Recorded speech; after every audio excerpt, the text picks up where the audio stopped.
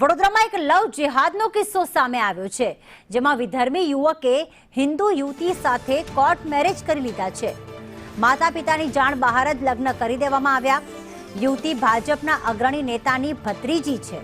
ભાજપ નેતાની ભત્રીજી વિધર્મી યુવક સાથે ભાગી ગઈ હતી અને ભાગેલી યુવતી 3 દિવસ બાદ તાંદલજાથી મળી આવી છે।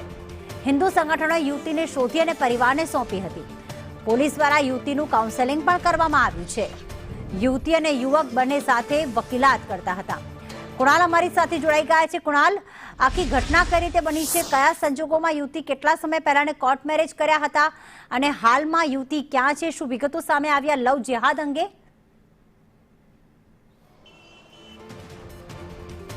ભાજપના જ અગ્રણી છે, તેમની ભત્રીજી વડોદરાની કોર્ટમાં જ વકીલાત કરતી હતી અને સાથે જ આ વિધર્મી યુવક પણ વકીલાત કરતો હતો અને આ બંને વે લગભગ અગાઉથી જ કેટલાક મહિના અગાઉ જ કોર્ટ મેરેજ કરી દીધા હતા અને આખરે આ દીકરી ભાગી ગઈ હતી વિધર્મી સાથે। તેને શોધવામાં આવી। હિન્દુ સંગઠનો ત્યાં આવ્યા।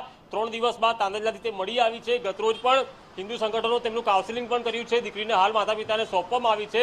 ત્યારે જે વડોદરા વિભાગના વીએચપીના જે સહમંત્રી છે વિષ્ણુભાઈ પ્રજાપતિ પણ તેઓ પણ ત્યાં કાઉન્સેલિંગ માટે ગયા હતા, દીકરીને પરત લાવવામાં મદદ કરી હતી। વિષ્ણુભાઈ, આ સમગ્ર ઘટના કેવી રીતે સામે આવી અને કેટલી જહેમત ઉઠાવવી પડી વીએચપી?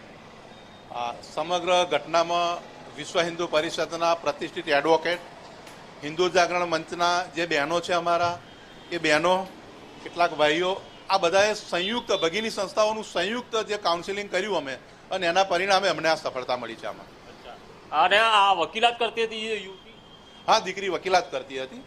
આમાં એવું છે કે દીકરી લગભગ નાબાલિગ જ્યારે હોય ત્યારથી આ લોકો એ દીકરી સાથે સંબંધો બાંધતા હોય છે અને પછી એમની સાથે આ લોકો છે ને બ્લેકમેલિંગ કરતા હોય છે। દીકરીને એને ખબર હોય છે કે આ મારે ન કરવું જોઈએ, પરંતુ એ કરે છે કે પરિવાર અને પોતાની ઇજ્જતના ડરના કારણે। એટલે સૌથી પહેલાં તો આ દીકરીઓને જે બ્લેકમેલિંગ કરવામાં આવે છે એના કારણે આ કિસ્સા ઘટતા હોય છે। અને આ સમાજ માટે બહુ એક મેસેજ આપવાનો છે કે ભાઈ આપણી દીકરી ક્યાં રહે છે, ક્યાં કોની સાથે ફરે છે, કોની સાથે મિત્રતા કરે છે, એ જોવું જોઈએ। અને આવું જ્યારે હિન્દુ સંગઠનો કાઉન્સેલિંગ કરતા હોય ત્યારે એને સાચી સમજ પડતી હોય છે કે ભાઈ સનાતન સંસ્કૃતિમાં લગ્નેતર સંબંધો અને અન્ય વિધર્મી કે મધબોમાં જે લગ્નેતર સંબંધો છે એ વચ્ચેની ભેદરેખા શું છે એ જ્યારે એને સાચી સમજ પડતી હોય છે અને અમારા સંગઠનોની જે મહેનત હોય છે આમાં, એના પરિણામે આ દીકરી પરત આપે। ઉચ્ચ શિક્ષિત યુવતી આ પ્રકારે ફસાઈ જાય? ઉચ્ચ શિક્ષિત હોય કે પછી અશિક્ષિત હોય, એમાં મૂળ વસ્તુ એ આવે છે કે બ્લેકમેલિંગ। આમાં બ્લેકમેલિંગ સૌથી મોટો કેવી રીતે કરતા હોય? આ લોકો શરૂઆતમાં મિત્રતા બાંધે, મિત્રતા કર્યા પછી એન કેન પ્રકારે એમની સાથે શારીરિક અડપલા કરે, શારીરિક સંબંધો બાંધે અને એ સંબંધોના વિડીયો ફૂટેજ બનાવતા હોય છે। એ વિડીયો ફૂટેજ બહાર જાહેર કરવાની બીકે પેલી દીકરીઓને કે જો તું મારી સાથે મારા કયામાં નહીં રહે તો હવે અમે આ વિડીયો ફૂટેજ જાહેર કરીશું।